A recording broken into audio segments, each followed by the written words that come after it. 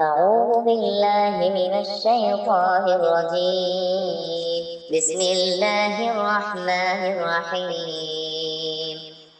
وحدائق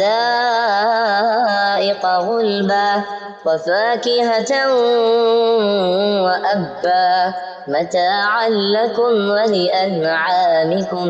فإذا جاءت